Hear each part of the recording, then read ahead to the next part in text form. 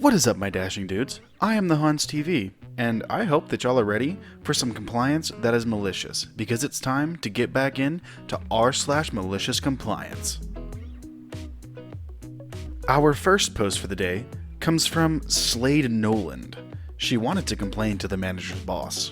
My first post, and on mobile. Please forgive my errors. Perhaps, depends on how good your story is. While in high school, I worked at a family-owned franchise of a national chain restaurant as a busboy, dishwasher, cook, and host. Jesus, what didn't this guy do?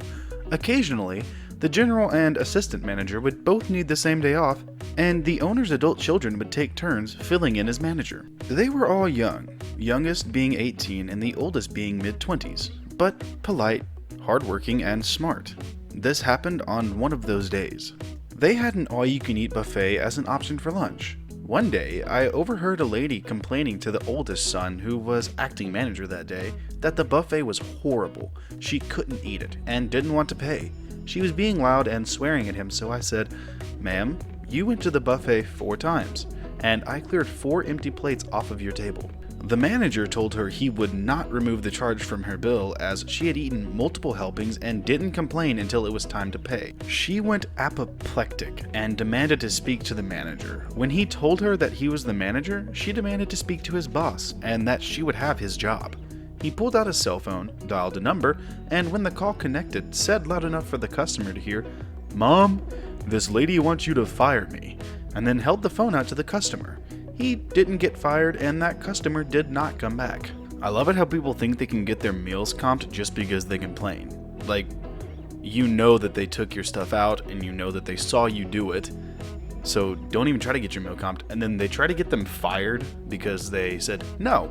Yeah, that's sensible to me. Our next post comes from Chewy316. Try to make me keep a crappy game? We will see about that. So, this was many moons ago, but I thought it would be a good one to tell here. So, I was at Walmart looking at Xbox games. Yes, the original Xbox, but I wasn't sure which one I wanted to get. I was looking at a racing game called Sega GT 2002, but wasn't sure if it was any good. Instead of buying it on the spot, I decided I was going to leave the store and just rent it from Blockbuster for the night. Yeah, I told you, this was a while ago. To try it out and see if it was worth buying. As I was leaving, I had an idea and asked the cashier if I got a game and it was not really what I wanted, is it okay to return for a refund? I was told by the cashier that as long as I kept my receipt and was within the return window, it wouldn't be an issue to return the game if I didn't like it. So rather than waste the money on the rental to try it out, I decided to buy it and just take it back if it wasn't the game that I wanted. So I paid for the game and I went home to try it out. Played it for a couple of hours and it wasn't great, but it was alright. My buddy came over and saw the new game and said that he actually has 2 copies of the game and would give me one for free. So after that offer, it was clear what I was going to do. I went back to Walmart to return the game and get my money back. It was the same day, but the guy I spoke to before didn't seem to be around when I went back in. I waited in line until it was my turn and explained that I just got this game and that I didn't like it and wanted to return it for a refund. I was now told by the new cashier that since the game was opened, I couldn't get a refund. I can only exchange it for a copy of the same game. I explained that this is not what I was told when I was in the store before buying the game, but the cashier said that they couldn't give the money back. After a few minutes of arguing, I had an idea. I confirmed with the rep that it was okay if I exchanged the game for a new copy, and he said yes, that is something he could assist with. So I exchanged the game for a new copy, still in the wrapper. I walked out of the store and then back in and walked up to the same cashier and said, "I have an unopened copy of an Xbox game I would like to return for a full refund." The look on his face was priceless. Needless to say, I got my money back and got the free copy from my friend. I don't think I even played the game again after, so I am glad I got my money back. I guess you could say that cashier got played. Huh? No? Okay.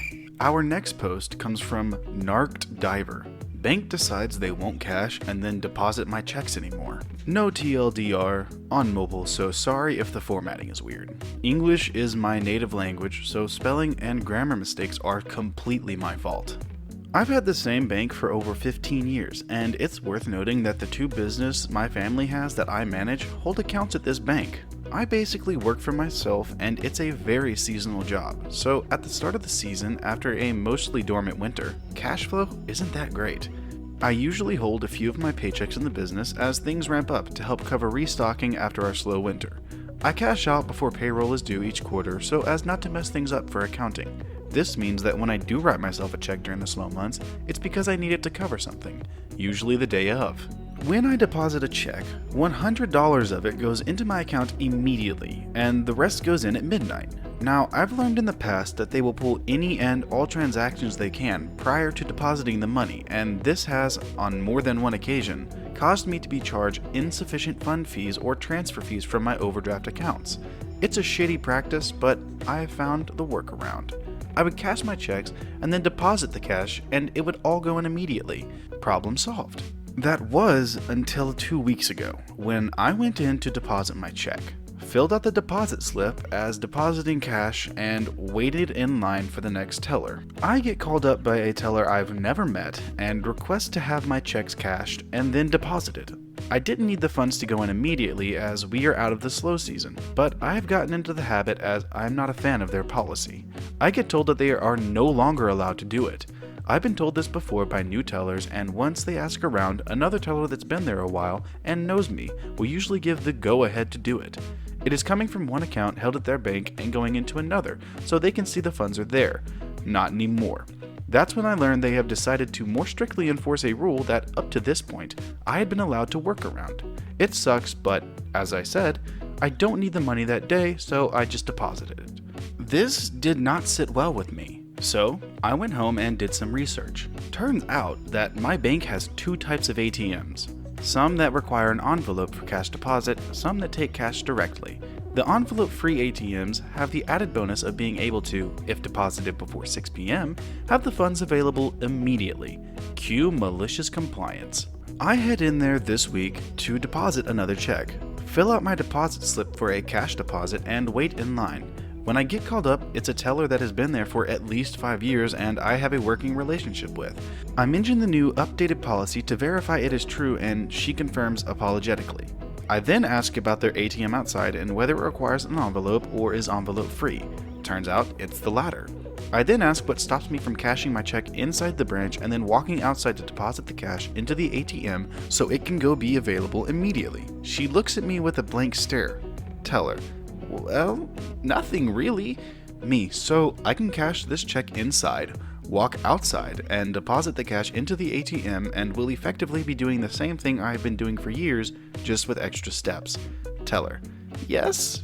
Me: I would like to cash this check, please. She takes the check and starts the process. A few moments later, she looks over at another teller that has been there just as long, if not longer, and asks, "Is this one of those instances I can use my better judgment?" Other teller: I think so. Teller: we are going to say this is a gray area and just cash and deposit like before. Me: then this should speed things up, as I hand her the deposit slip I had filled out earlier for cash. That was Monday, and I still smile every time I think about it. I think I need to read this subreddit a little bit more. These people are really smart with how they overcome these things. Jesus Christ. Our next post comes from 74CK. You want me to go faster? Okay. So, my main boss hates it when we stamp on our brakes on our forklift, as it burns rubber essentially and means the tires need changing more often. My team leader is told to follow along, but doesn't really. Okay, so, the story. I was in the forklift and I happened to notice my main boss walking down one of the aisles in our warehouse towards me. I immediately started taking my time to stop the chances of skidding, but as I drive past my team leader, he shouted at me, shouting at me to go faster, need this trailer done, etc. So I said f it, stamped on the accelerate pedal whenever I picked up a pallet, causing my wheels to spin and burn rubber. My main boss saw this and shouted at my team leader, asking why he, team leader, hadn't told the lads about the tire rule with a few swears added in.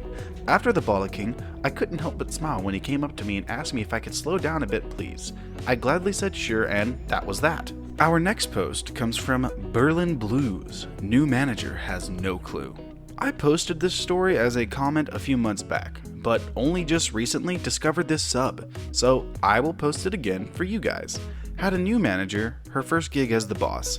One night we ran out of wine at the bar, and it takes a while to restock, so someone was missing from the bar staff for almost an hour. Because I was the bar manager, she ripped me a new one and said the bar must be fully stocked as soon as I begin my shift. Well, on weeknights, I was often the only bartender on duty, so before serving the waitstaff, I spent 30 to 45 minutes stocking. She was livid, and she was too stupid to realize it makes far more sense to have the day shift do it in advance.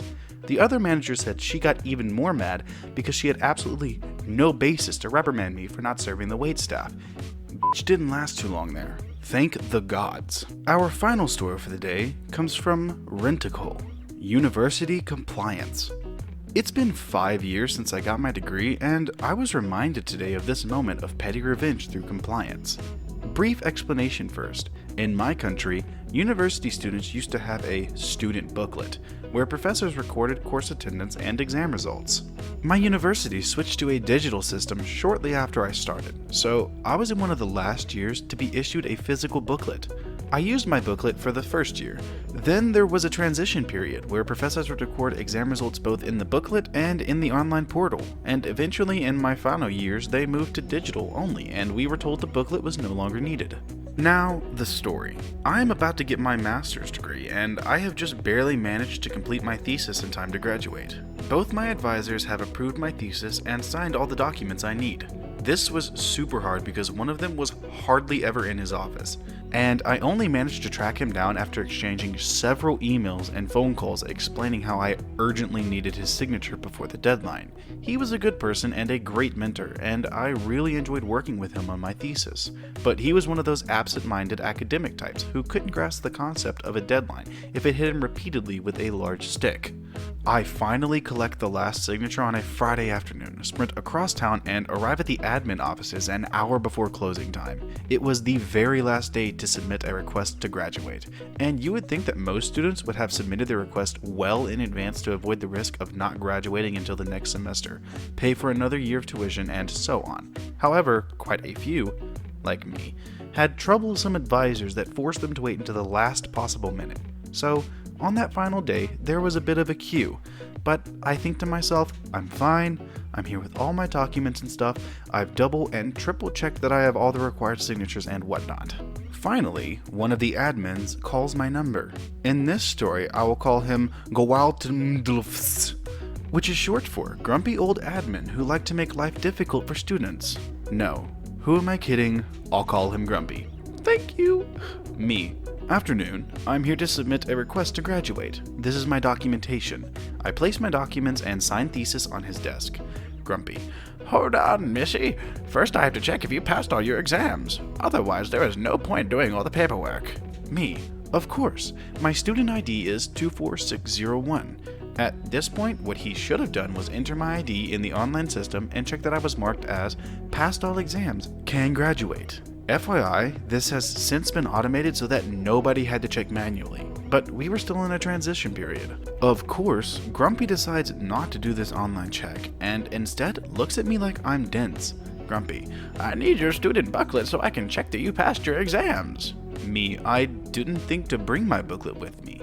My year isn't using booklets anymore, we're using the digital system. If you check, you'll see that I passed all. Grumpy, louder, I can't check if you don't give me your booklet. Me, but even if I gave you my booklet, it doesn't have all my exams because my exams from the last year were recorded online only. Grumpy, then afterwards I'll check your online booklet. Me, good, so can you check online now? Grumpy, you're not listening to me. First you give me your booklet, I check your booklet. Then if it doesn't have all your exams, I check online. Me, but my booklet does not have all my exams recorded. Can't you just check online since it's what you would have to do anyway? Grumpy, the rules say you have to give me your booklet first. At this point, he was getting very red-faced. I tried showing him a page I had printed, listing all the requirements for submitting a request to graduate, which did not mention the booklet at all, but instead said basically, check online if student passed exams. He refused to look at it, and instead pointed to an older sheet of paper taped on the wall next to his desk. It was a previous version of the list I had, from maybe 1 to 2 years before, and he told me to read it. I read out loud the part that said basically, student will present booklet and/or online system must show that student passed exams. Grumpy as I'm literally reading the part that contradicts what he's saying. See? You can't even read. You must give me your booklet now. Otherwise you don't get to graduate. Stop asking for special treatment. If you didn't bring your booklet, it's your fault. This guy sounds dead serious, and for a moment I think he's really going to stop me from graduating. My booklet is at home, but it's over 1 hour for round trip, and by the time I get back, the office will be closed. However, while Grumpy is trying to shoo me away, I see a very, very interesting notice taped to the wall. Grumpy: you don't have a booklet. Your request to graduate is denied. Those are the rules. Next. Me: hold on please. There is one more thing. I would like to request a replacement booklet. Grumpy: lost it, have you? Young people nowadays, always careless with your possessions. Back in my time, etc., etc. Anyway, fill this form and come back in 2 weeks to get your new booklet. Me, pointing to the sign on the wall. It says here that in exceptional circumstances, students can get replacement booklets on the same day. Grumpy: so what?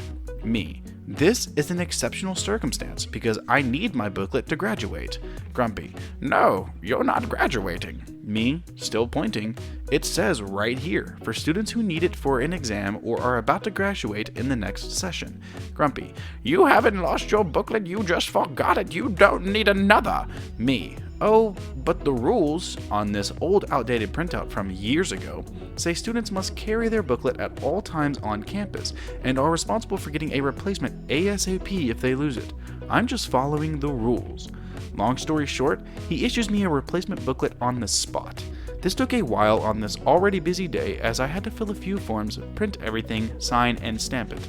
Oh, and by the way, the booklet came updated with all my info from the online system. And guess who had passed all her exams? Yep, me. So he very ungraciously hands me the booklet and shoos me away, or at least tries to. Me: thanks, there is just one more thing. I plop the booklet on top of my pile of documents and slide it back towards him. I would like to submit a request to graduate. Well, alright my dashing dudes, that's going to do it for today's episode of r/MaliciousCompliance. I hope you liked what I did, and if you did, go ahead and drop a sub, leave a like, and leave a comment down below with what you'd like to see me read next. The stories are in the description as always. Oh, and thank you to everyone who has subscribed in these past few weeks. It gives me great honor to be able to put these videos out for you and have people subscribe and show that they are really liking what I am doing. But with that being said, I'll see you in the next video.